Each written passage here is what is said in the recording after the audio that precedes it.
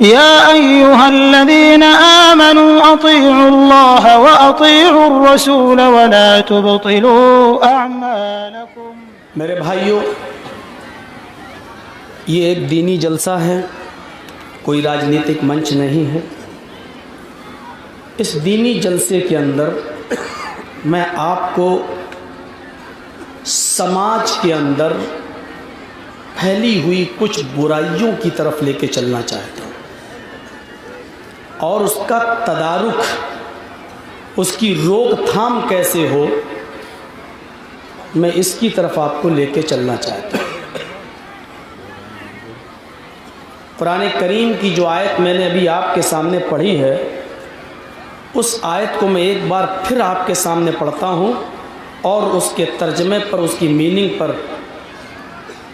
आपसे गौर करने का आपको मशवरा देता हूँ। एक एक लफ्ज़ पर ज़रा गौर कीजिएगा। या अय्युहल्लज़ीना आमनू इज्तनिबू कसीरम मिनज़्ज़न्न इन्न बअज़-ज़न्नि इस्म वला तजस्ससू वला यग़्तब बअज़ुकुम बअज़ा। इतनी सी आयत है, बस छोटा सा एक टुकड़ा है।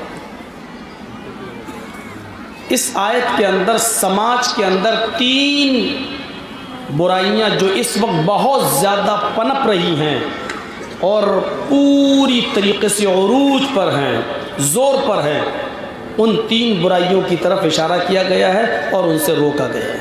और वही पूरे समाज की बुराइयों की जड़ है। यही 3 बुराइयां और दूसरी बुराइयों की जड़ भी है। पहली चीज़, मुसलमानों, हुक्म तो उन लोगों को है जिन्होंने अल्लाह के आदेश को, ईश्वर के आदेश को, अल्लाह की तरफ से उतरी हुई किताब, जिब्राईल अमीन परशुराम की तरफ से लाई हुई किताब, जिसको हम कुरान करीम कहते हैं, जिसको उन्होंने ग्रहण किया है और उसके हुक्म पर चले हैं, उनको ईमान वाला कहा जाता है। उनको हुक्म दिया जा रहा है, आए ईमानों वालों, हाय ईश्वर के आदेश का पालन करने वालों, इज्तनिबू कसीरम मिनज़्ज़न्न। ये हुक्म आम है, ये सिर्फ मुसलमानों को नहीं है, ये हुक्म आम है। तुम किसी दूसरे मनुष्य की, किसी दूसरे इंसान के बारे में बुरे गुमान करने से ज़्यादा बदगुमानी से बचो। अपने मस्तिष्क में, अपने दिमाग में उसके बारे में ज़्यादा बुरे बुरे गुमान, ख्यालात, विचारधाराएं जो तुम्हारे दिमाग में आती हैं, उसको अपने दिमाग से, अपने जहन से, अपने मस्तिष्क से निकालो।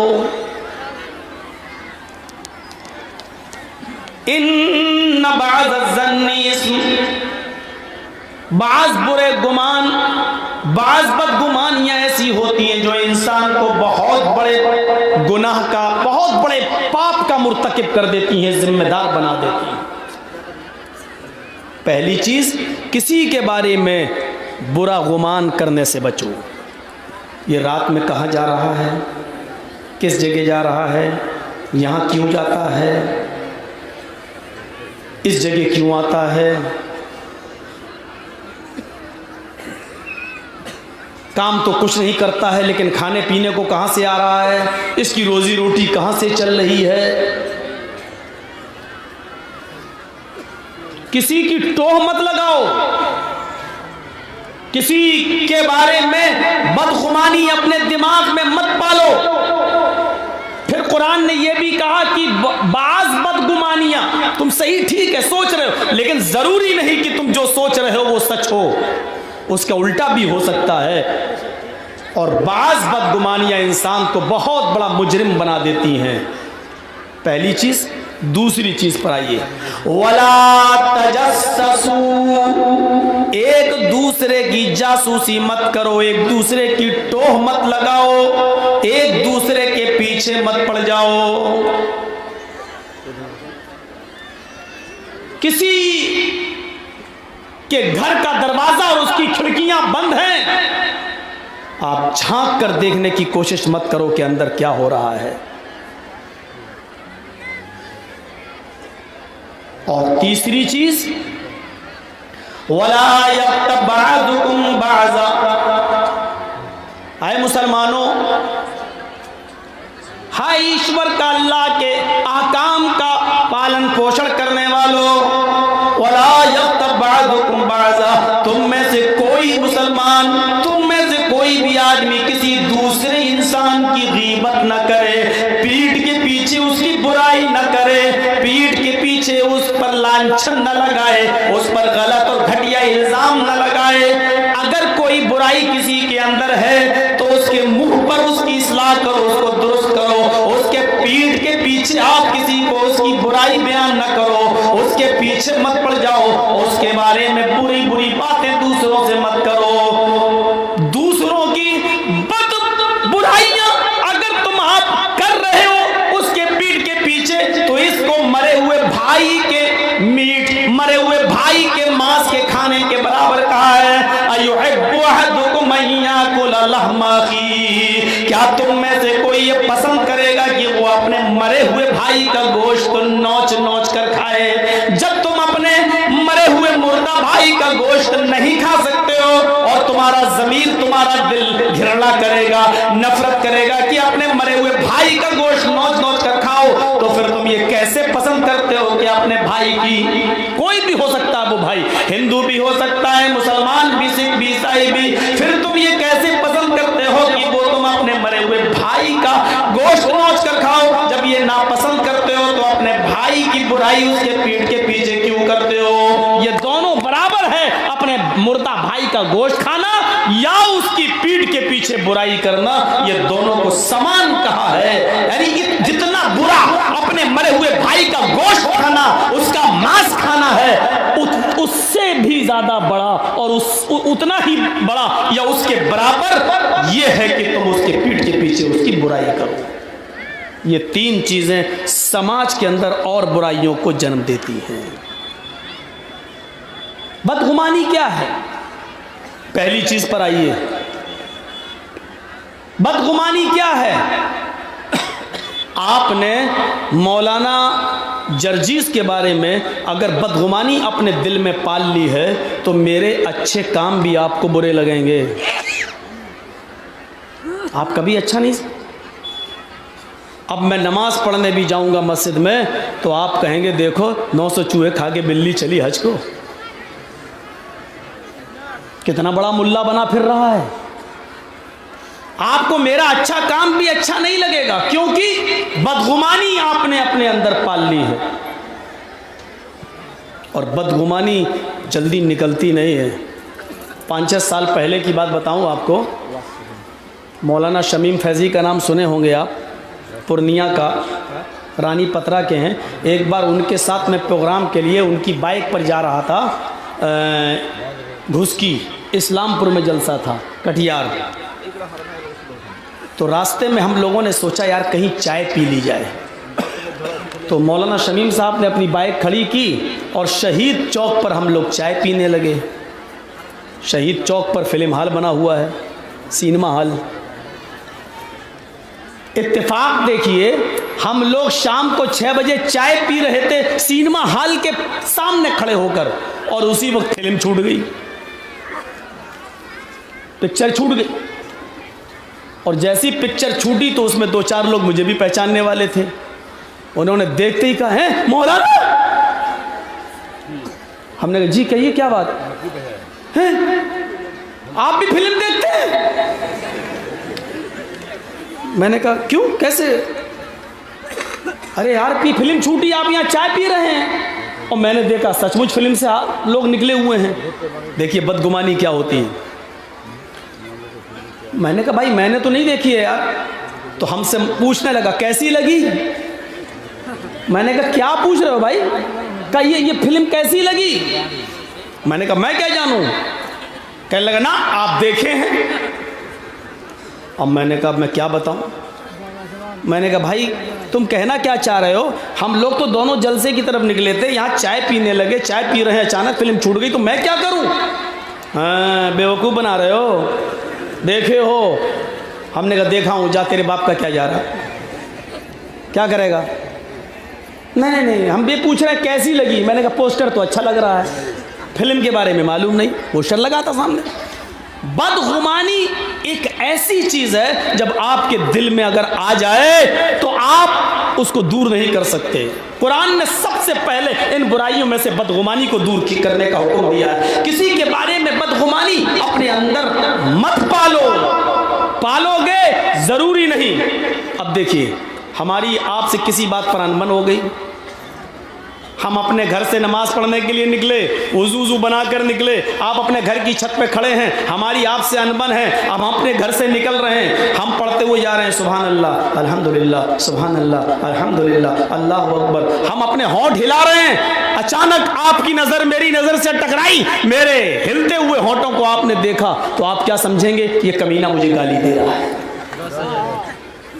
मेरे होंठ हिल रहे हैं, आप क्या समझेंगे? ये कमीना मुझे गाली दे रहा हो ना, ये मुझे गाली दे रहा है। और मैं भी ऐसे सुभान अल्लाह अल्हम्दुलिल्लाह सुभान अल्लाह अल्हम्दुलिल्लाह। अब जब उसकी आंखों से आंखें मिलेंगी, मेरे होंठ हिलेंगे, वो क्या समझेगा मुझे? चाहे मैं सुभान अल्लाह पढ़ रहा हूँ, चाहे मैं अल्हम्दुलिल्लाह पढ़ रहा हूँ, हो सकता है इस गुस्से में वो तूने मुझे गाली दी निकल के आए और चाकू मार दे। फरमाया इन्ना बाज़ ज़न्नी इस्म, बहुत से बदगुमानियां इंसान को बहुत बड़ा पापी बना देती हैं, इंसान को मुजरिम बना देती हैं, इंसान को गुनाहगार बना देती हैं। इसलिए फरमाया कि किसी के बारे में बदगुमानी ही मत करो। बहुत बड़ी बुराई से रोका है। या अय्युहल्लज़ीना आमनुस्तनिबू कसीरम मिनज़्ज़न्न इन्न बाज़-ज़न्नि इस्म, ऐ ईमानो वालो, ऐ मुसलमानों, तुम किसी भी इंसान की बदगुमानी अपने दिल में मत पालो। बाज़ बदगुमानियां इंसान को गुनाहगार बना देती हैं। जरूरी नहीं है कि आप जो सोचें वो बिल्कुल सही हो। मौलाना जर्जी साहब यहाँ बैठे हैं, डॉक्टर हैं, मिसाल के तौर पर डॉक्टर हैं, फ़र्ज़ कर लो हमारे मुख्य अतिथि जो बैठे हुए हैं देवेंद्र प्रसाद यादव जी, ये भी एक डॉक्टर हैं, मान लीजिए। सामने से एक आदमी लंगड़ाता हुआ चला आ रहा है, हम दोनों डॉक्टर आपस में पास पास बैठे हुए हैं। जर्जी साहब कहने लगे, डॉक्टर देवेंद्र साहब, ये सामने से जो आदमी आ रहा है लंगड़ाता हुआ, इसके पैर में मोच है, इस मोच की वजह से ये आदमी लंगड़ा रहा है। देवेंद्र प्रसाद यादव जी बोलते हैं, मैं भी डॉक्टर हूँ, मेरा तजर्बा ये कहता है कि ये आदमी पैर में मोच का शिकार नहीं है, बल्कि इस आदमी की रीढ़ की हड्डी में दर्द है, जिसकी वजह से ये लंगड़ाता हुआ आ रहा है। दोनों डॉक्टर, मैं कह रहा हूं पैर में मोच है इसलिए लंगड़ा रहा है, देवेंद्र जी कह रहे हैं नहीं, उसकी रीढ़ की हड्डी में दर्द है इसलिए लंगड़ा रहा है। जर्जी साहब ने कहा, देवेंद्र जी अगर उसके पैर में मोच नहीं हुई तो 1000 रुपया मैं हार जाऊंगा, शर्त है, तजर्बेकार डॉक्टर हूं, 1000 रुपया हार जाऊंगा। इधर से देवेंद्र जी भी बोले, अगर उसकी रीढ़ की हड्डी में दर्द नहीं हुआ तो 1000 रुपये मैं हार जाऊंगा। चलिए 1000 की शर्त लग गई। इतने में लंगड़ाता हुआ वो आदमी मेरे पास आया, कहने लगा तुम दोनों लड़ क्यों रहे हो? न मेरे पैर में मोच है, न मेरी रीढ़ की हड्डी में दर्द है, मेरी तो चप्पल टूट गई थी जिसकी वजह से मैं लंगड़ा रहा था। मेरी तो चप्पल टूट गई थी जिसकी वजह से मैं फिसलता हुआ लंगड़ाते हुए आ रहा था, ताकि चप्पल रह ना जाए, जुड़वा लूंगा कहीं। आप दोनों का तजर्बा फेल है। देखिए, मैंने गुमान पाला उसके पैर में मोच है, देवेंद्र जी ने गुमान पाला उसकी रीढ़ की हड्डी में दर्द है, लेकिन दोनों की गुमान अपनी अपनी जगह धरे के धरे रह गए। असलियत ये थी कि उसके पैर की चप्पल टूट गई थी। मेरे भाइयों, जरा गौर करो, कुरान इसी तरीके की बदगुमानियां करने से इंसान को रोकता है, हुक्म देता है, या अय्युहल्लज़ीना आमनुस्तनिबू कसीरम मिनज़्ज़न्न इन्न बाज़-ज़न्नि इस्म, ऐ ईमानो वालो, तुम किसी के बारे में बदगुमानी मत किया करो, ज्यादा बदगुमानियां मत पाला करो अपने दिलों में। बहुत सी बदगुमानियां इंसान को पापी बना देती है, इंसान को मुजरिम बना देती है, इंसान को बहुत बड़ा गुनाहगार बना देती है। बदगुमानी मत पालो अपने दिल के अंदर। मैं ये नहीं कहता हूं कि सारी बदगुमानियां गलती हो सकती हैं, सही भी हो सकती हैं, लेकिन हमें पालने का हुक्म नहीं दिया। क्यों पालें? क्योंकि हम फ्यूचर की बात नहीं जानते, इसलिए गलतफहमी का शिकार हो सकते हैं। इसलिए पालिए ही मत। जितनी भी जंगें हुई हैं, आप तारीख उठाकर देखिए, इतिहास पढ़ के देखिए, जितनी भी जंगें हुई हैं, चाहे वो हजरत अली और हजरत आयशा के दरमियान हो, चाहे वो जंग सिफ़ीन और जंग जुमल की शक्ल में हो, चाहे वो करबला के मैदान की शक्ल में हो, जितनी भी जंगें आप इस्लामी तारीख का मुताला करें और पढ़ें, अक्सर जंगें बदगुमानियों की बुनियाद पर हुई हैं। हमने ये बदगुमानी पाल ली थी, बदगुमानी ये पाल, हमने दूसरे ने ये पाल ली, उस बदगुमानी की वजह से बड़ी बड़ी जंगें रूनमा हुई और उसके नतीजे में मेरे भाइयों लाशों की लाशें पट गई, खून की नदियां बह गई। मेरे भाइयों, कुरान करीम उसी बदगुमानी से इंसान को रोकता है, उसी बदगुमानी से इंसान को बचाता है और कहता है ईमानों वालों, तुम किसी भी मनुष्य के बारे में, किसी भी इंसान के बारे में अपने दिल में बदगुमानी मत पालो। इमाम औज़ाई का नाम सुना होगा, बहुत बड़े बुजुर्ग गुजरे हैं। इमाम औज़ाई की बीवी से उस मोहल्ले की, उस गांव की एक औरत मिलने आई। जरा सुनिएगा गौर से।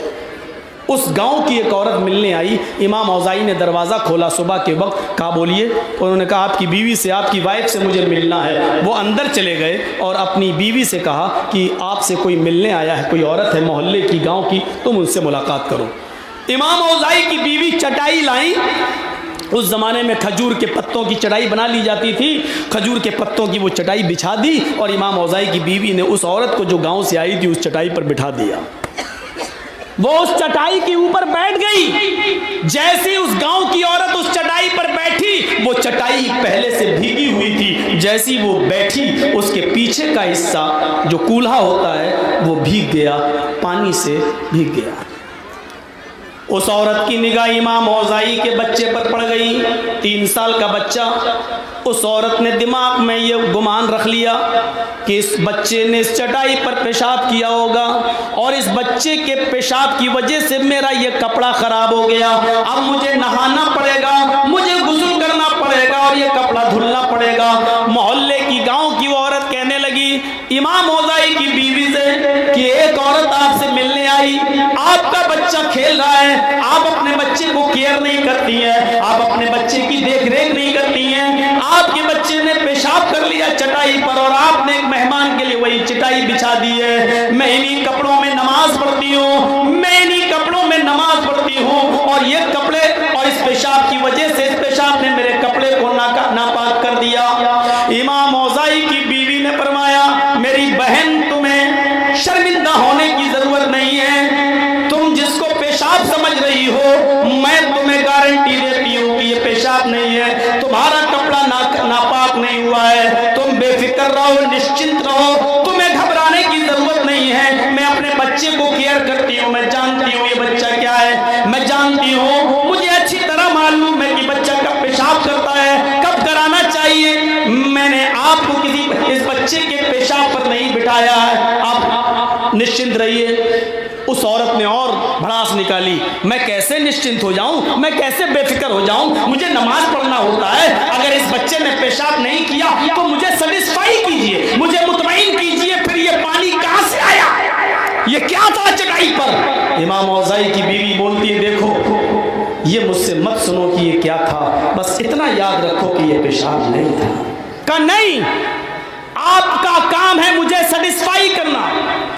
मैंने अपने दिमाग में एक गुमान रख लिया है कि ये पेशाब है, मुझे घर जाकर नहाना और ये कपड़ा धुलना है।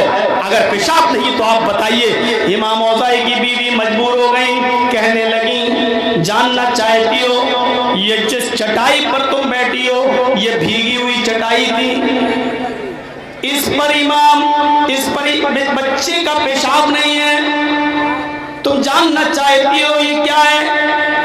आए मेरी बहन, गांव से आने वाली है औरत, कान के पर्दे खोल कर सुन। मैं ये बात बताना नहीं चाहती थी, लेकिन मजबूर होकर बता रही हूँ क्योंकि तुझे मुतमईन करना, तुझे सेटिस्फाई करना ये मेरा फर्ज हो गया है। आए मेरी बहन, ये मेरे पति के, ये मेरे हस्बैंड के आंसू हैं, ये मेरे हस्बैंड के आंसू हैं, ये मेरे शौहर के आंसू हैं। वो रोजाना फजर की नमाज पढ़ने के बाद घर पे आते हैं, कुरान की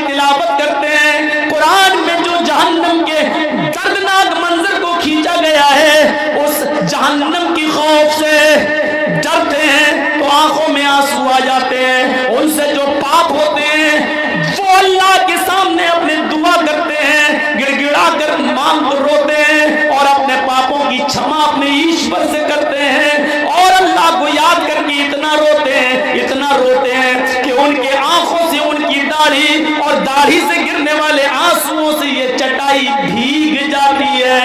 आए मेरी बहन, जब तुम घर पे आई तो वो रो रहे थे, आंसू उनकी चटाई पर गिर रहे थे। उन्होंने देखा कि एक औरत आई तो वो मुझे छोड़कर तुम्हें मेरे पास बिठाकर अपने दूसरे कमरे में चले गए। आए मेरी बहन, ये मेरे शौहर के आंसू हैं, ये पेशाब नहीं है। ये मेरे शौहर के वो आंसू हैं जो अल्लाह को याद करके वो रोते हैं।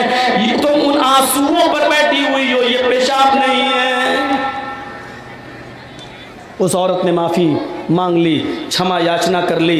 मेरे भाइयों, बताने का मकसद ये था कि उस औरत ने जिसको पेशाब समझा, हकीकत में वो पेशाब नहीं बल्कि पश्चाताप के वो आंसू हैं जिसका पहला कतरा ज़मीन पर गिरते ही अल्लाह सारे गुनाह माफ़ कर देता है। मेरे प्यारे साथियों, ज़रा तसव्वुर करो कि हमारा गुमान क्या था और निकला क्या। हकीकत कुछ और होती है और हमारा गुमान कुछ और कहता है। इसलिए कुरान करीम क्या कहता है कि बुरे गुमान से बचो, बुरे गुमान से बचो। या अय्युहल्लज़ीना आमनू इज्तनिबू कसीरम मिनज़्ज़न्न इन्न बअज़-ज़न्नि इस्मुन। ईमानों वालों, तुम एक दूसरे के बारे में ज्यादा बुरे गुमान मत किया करो। बाज़ बुरे गुमान इंसान को गुनाहगार बना देते हैं। दूसरे टुकड़े पर आइए, दूसरे टुकड़े पर समाज की दूसरी बुराई, वला तजस्ससू, एक दूसरे की जासूसी मत करो, एक दूसरे की टोह में मत लगो, एक दूसरे की पीछे मत पड़ो। क्या कर रहा है, कहाँ जा रहा है, क्या करता है, क्या खाता है, आपको इससे कोई सरोकार नहीं। हर इंसान अपने अमल का खुद हिसाब देगा अल्लाह के यहाँ।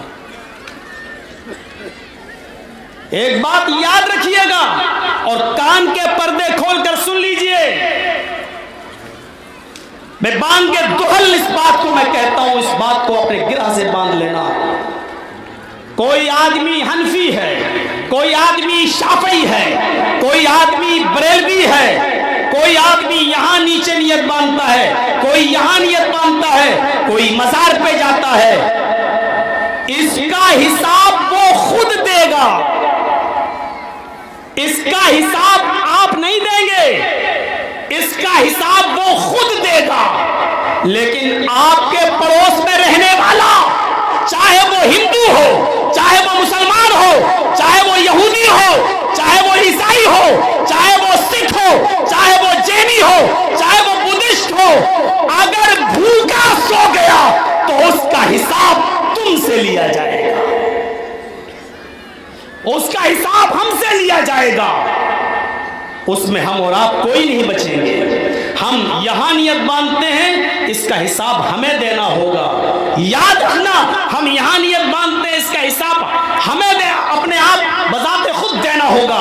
लेकिन मेरे पड़ोस का अगर कोई हिंदू, कोई ईसाई, कोई मुसलमान, कोई यहूदी, कोई क्रिश्चियन अगर भूखा सो गया और मुझे पता चल गया कि इसके घर में चूल्हा नहीं जला, तो उसका जवाब पूरा समाज को देना पड़ेगा अल्लाह के यहाँ। पूरी कौम को, पूरे समाज को उसका जवाब देना पड़ेगा। मेरे भाइयों, ये इस्लाम का एक अटूट हिस्सा है, उसकी शिक्षा का, उसकी तालीम का। और अल्लाह के रसूल ने फरमाया था, वल्लाहि ला यूमिन, वल्लाहि ला यूमिन, वल्लाहि ला यूमिन। 3 बार कसम खाकर अल्लाह के नबी मोहम्मद रसूलुल्लाह ने फरमाया, अल्लाह की कसम वो मोमिन नहीं, अल्लाह की कसम वो मोमिन नहीं, अल्लाह की कसम वो मुसलमान नहीं। जो खुद पेट भर के खाना खा जाए और जिसका पड़ोसी भूखा सो जाए वो मुसलमान नहीं। मेरे नबी एक बार कहते तो काफ़ी था, लेकिन 3 बार कहा कि वो मुसलमान नहीं। इसकी अहमियत को समझना चाहिए। हम हैं कहाँ, कहाँ पड़े हैं हम।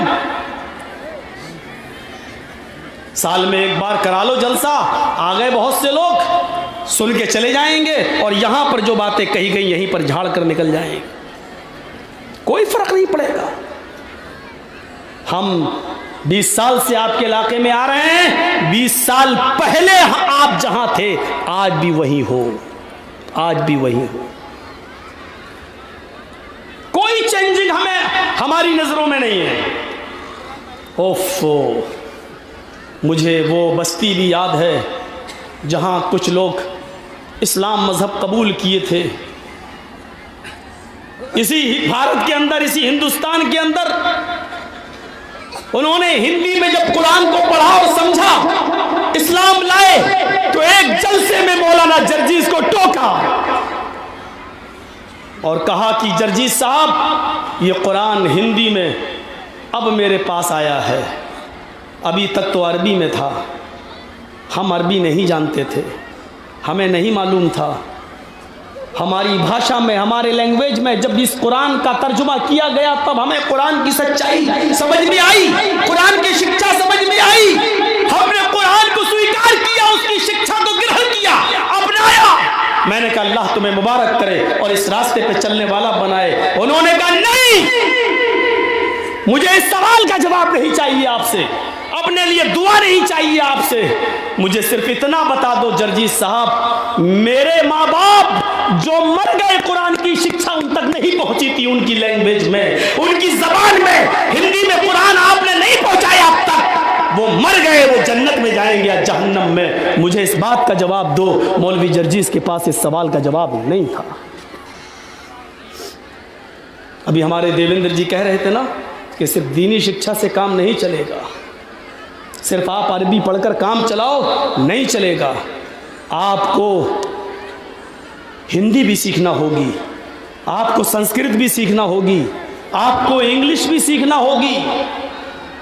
मेरे भाइयों, काबे के रब की कसम, जिस वक्त आप इस्लाम को सही शक्ल में जब लोगों के सामने पेश करेंगे तो इस्लाम से कोई नफरत कर ही नहीं सकता। हमने ये बताया है लोगों को कि इस्लाम मुहम्मदुर रसूलुल्लाह का दीन है, आप झूठ बोलते हैं। आपने लोगों को यह बताया है कि इस्लाम मुहम्मदुर रसूलुल्लाह लेकर आए हैं, इसलिए लोग इस्लाम से जुड़ते नहीं हैं। आप झूठे हैं, हमारे समाज के मौलवी झूठे हैं। इस्लाम मुहम्मदुर रसूलुल्लाह लेकर नहीं आए। सुन लो, कुरान मुहम्मदुर रसूलुल्लाह लेकर नहीं आए। कुरान क्या कहता है, ये इस्लाम कौन लेकर आया है? शरअ लकुम मिनद्दीन मा वस्सा बिही नूहन वल्लज़ी औहैना इलैक व मा वस्सैना बिही इब्राहीम व मूसा व ईसा अन अक़ीमुद्दीन। आए मोहम्मद सल्लल्लाहु अलैहि वसल्लम में अनाउंसमेंट कीजिए, दुनिया वालों को इस भ्रम से निकालिए कि ये इस्लाम मेरा दीन है। नहीं, मैंने आपको नया धर्म देकर नहीं भेजा, मैंने आपको नया दीन देकर नहीं भेजा।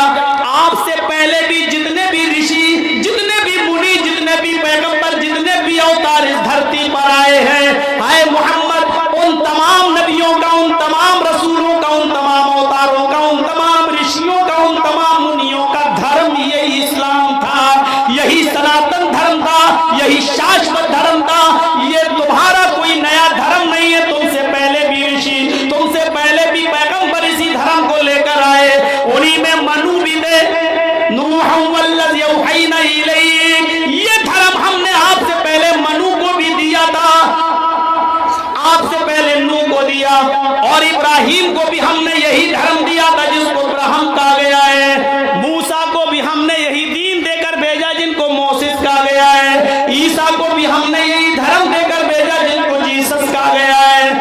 हमने जब लोगों को यह बताया कि ये मोहम्मद सल्लल्लाहु अलैहि वसल्लम का धर्म है और दीन है, लोग दूर हो गए। आप बताइए कि मोहम्मद साहब जो दीन, जो धर्म लेकर आए, यही धर्म मनु का है, यही धर्म मोसेस का है, यही धर्म जीसस का है, यही धर्म इब्राहिम का है। मेरे प्यारे साथियों, गलत नहीं मानिएगा, मैं बिल्कुल सही कहता हूँ। मोहम्मद सल्लल्लाहु अलैहि वसल्लम वही धर्म लेकर आए, वही दीन लेकर आए जो मोहम्मद साहब से पहले कृष्ण जी ने जो दीन दिया था, जो धर्म दिया था, रामचंद्र जी ने जो दीन, जो धर्म दिया था, उसी धर्म को असर-ए-नौ दोबारा जीवित करने के लिए, दोबारा स्थापित करने के लिए अल्लाह तबारक व तआला ने उसकी बिगड़ी हुई शक्ल को दोबारा संभालने के लिए जनाब मुहम्मदुर रसूलुल्लाह को अंतिम महर्षि के स्वरूप में प्रकट किया है, पेश किया है। लेकिन कोई नया धर्म देकर नहीं भेजा, कोई नया दीन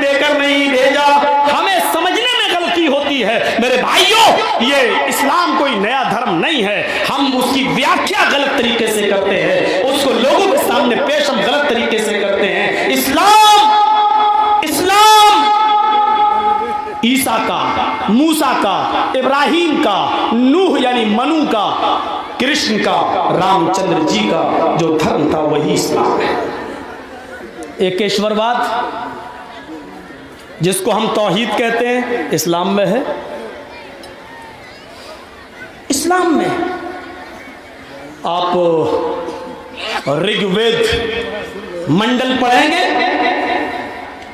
कितना साफ लिखा है, प्रेम करने वाली पत्नी का जिस तरह एक पति होता है, उसी तरह प्रेम करने वाले भक्त का एक ही ईश्वर होता है। जिस तरह बहुत से मर्दों से संबंध बनाने वाली औरत वेश्या कहलाती है, उसी तरह बहुत से देवी देवताओं को अपना मुश्किल कुशा, हाजत रवा, माबूद, पूजा योग्य मानने वाला भी मिश्रिक हो जाता है, मुशरिक करार दे दिया जाता है। मेरे भाइयों, जिस तरह प्रेम करने वाली पत्नी का एक ही पति होता है, उसी तरह सच्चे भक्त का एक ही ईश्वर है, एक ही ईश्वर है। एकम ब्रह्मा द्वितीय नास्ति नास्ति किंचन। इस ब्रह्मांड का रचयिता और रचनाकार एक है, दूसरा नहीं है, बिल्कुल नहीं है, कतई नहीं है, हरगिज नहीं है, बिल्कुल है ही नहीं।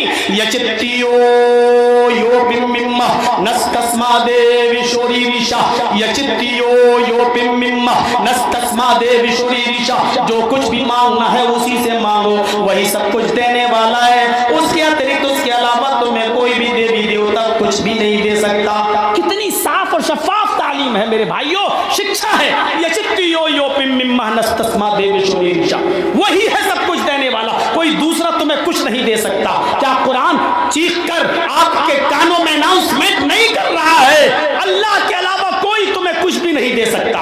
वला तदउ मिन दूनिल्लाहि मा ला यनफउका वला यजुर्रुक। अल्लाह को छोड़कर तुम जिसके पास भी जा रहे हो वो तुम्हें कुछ भी नहीं दे सकता। कुछ मालिक ही नहीं है, उसके पास कुछ पावर है ही नहीं, वो तुम्हें कुछ देगा। क्या देगा? सारे लोग मिल जाएं तो एक गेहूं का दाना और एक चावल का दाना नहीं बना सकते।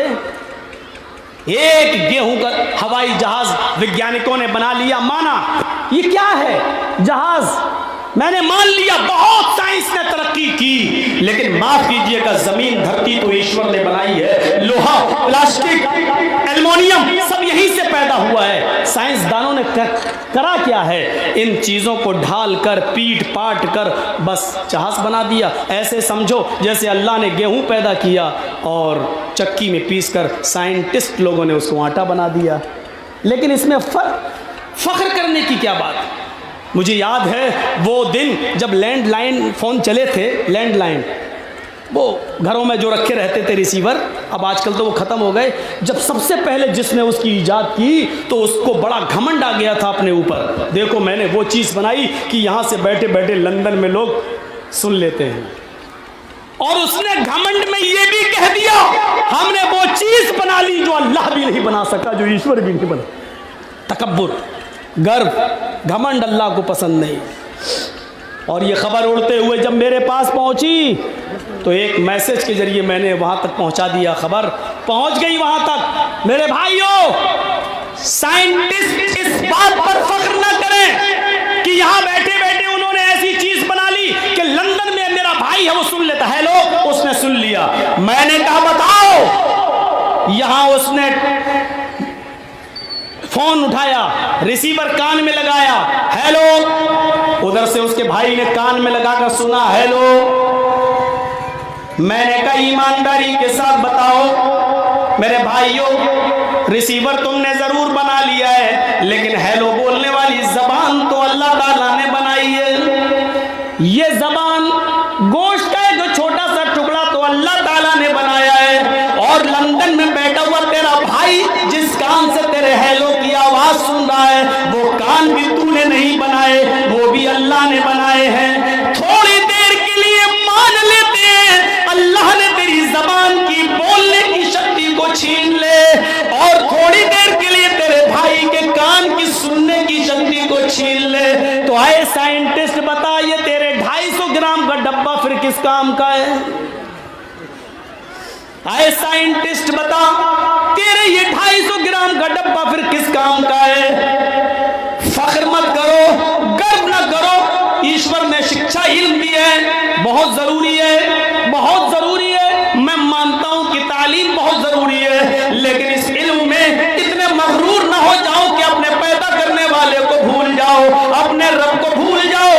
याद रखना, ये दिमाग अल्लाह ने दिया है, इस दिमाग को इल्म की जरूरत है। जैसे आंखें देखती हैं, लेकिन खाली आंख देखने का काम नहीं करती, आंख खाली देखने का काम नहीं करती है।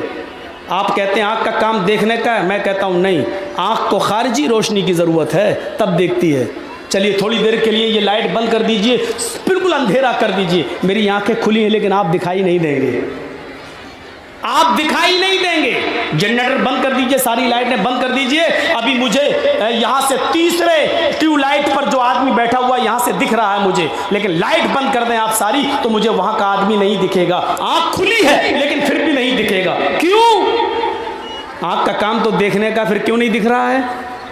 नहीं दिखेगा। क्यों? क्योंकि ये आंख भी खारिजी रोशनी मांगती है, एक और प्रकाश मांगती है, तब उसको दिखेगा। ऐसी अल्लाह ने दिमाग दिया है, लेकिन इस दिमाग को तन्हा दिमाग काफ़ी नहीं है, इसको शिक्षा, इसको इल्म की ज़रूरत है। जिस तरह आंख को खारिजी रोशनी की ज़रूरत है तब देखेगी, उसी तरह दिमाग को इल्म की ज़रूरत है। इस्लाम ने इल्म पर बहुत जोर दिया है।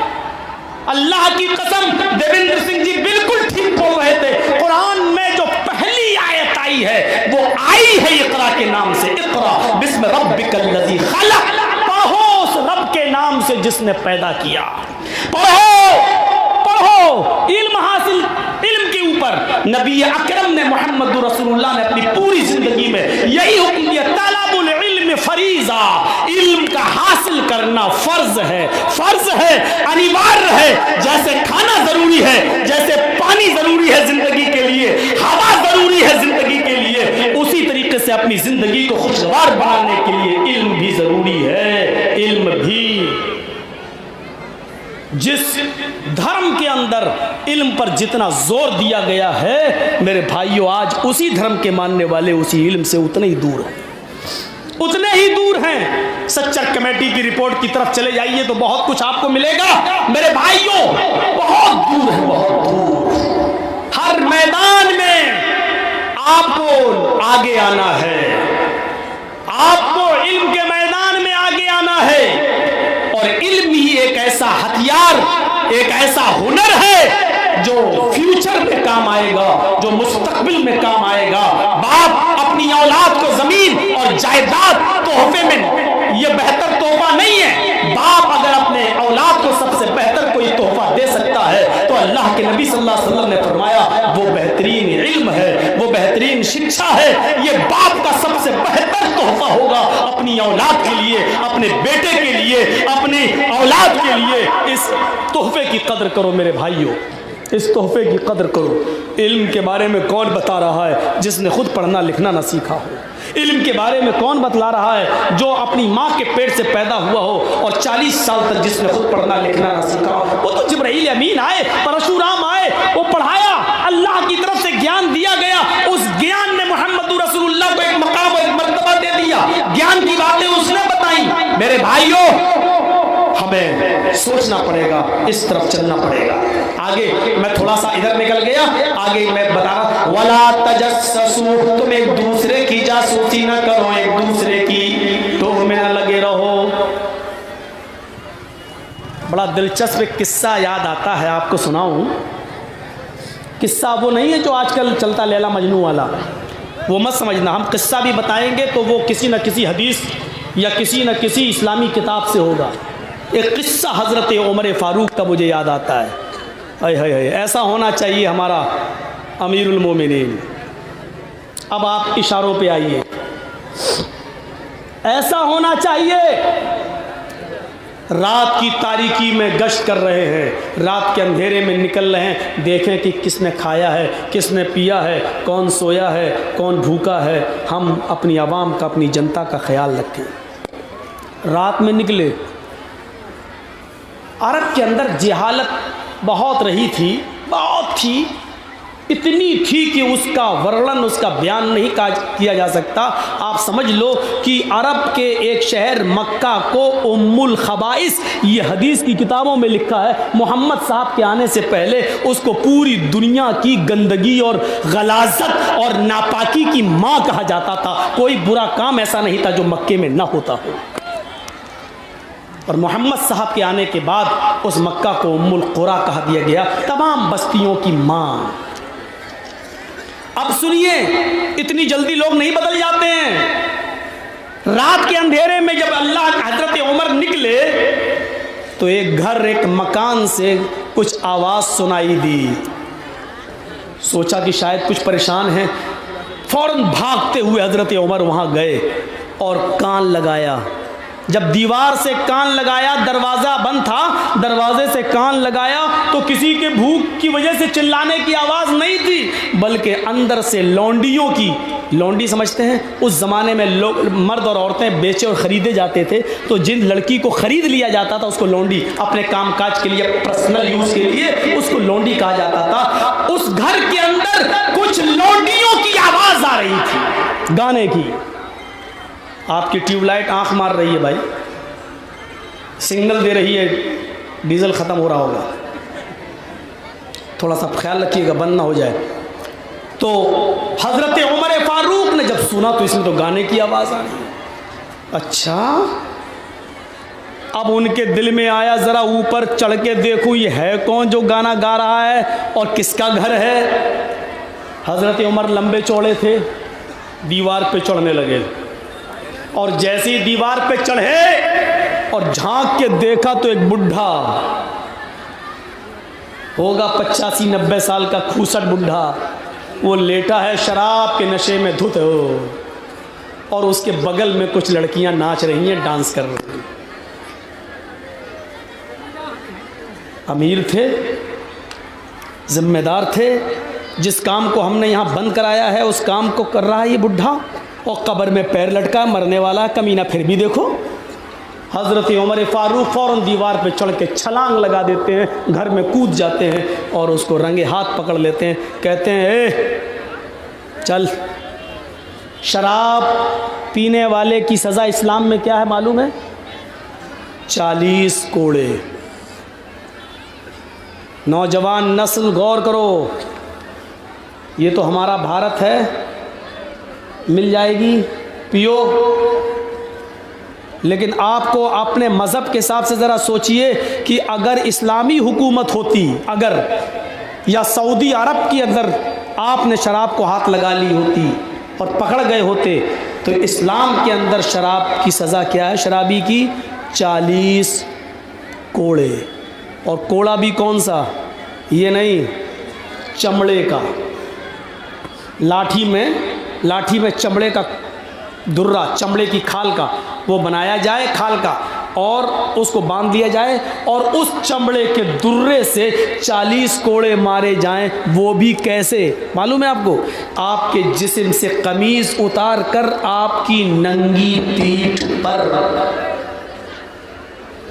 थोड़ी देर के लिए आपको बड़ी सख्त सज़ा लगेगी, लेकिन कुछ दिनों के बाद आपको ये सज़ा बिल्कुल वैसी ही लगेगी जैसे आज हैदराबाद की सरज़मीन पर जो एनकाउंटर की शक्ल में दी गई,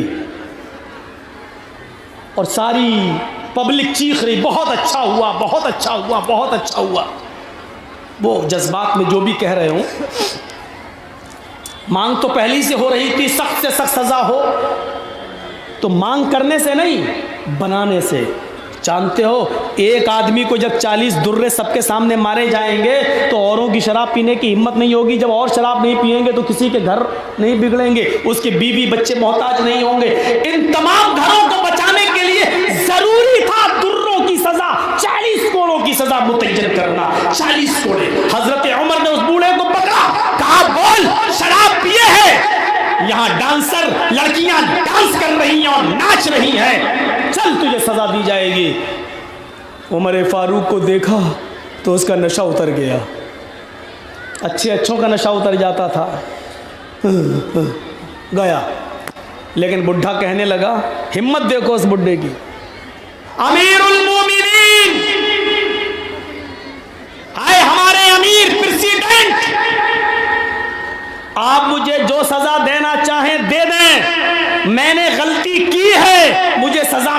चाहिए, लेकिन आपने भी गलती की है, सजा आपको भी मिलनी चाहिए। ओफो, सजा आपको भी मिलनी चाहिए। हजरत उमर ने उसको छोड़ दिया, कहा बूढ़े पहले मेरी गलती बता कि क्या है।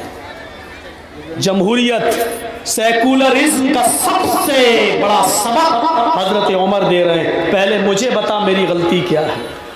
उस बूढ़े ने कहा उमर कुरान नहीं पढ़ा?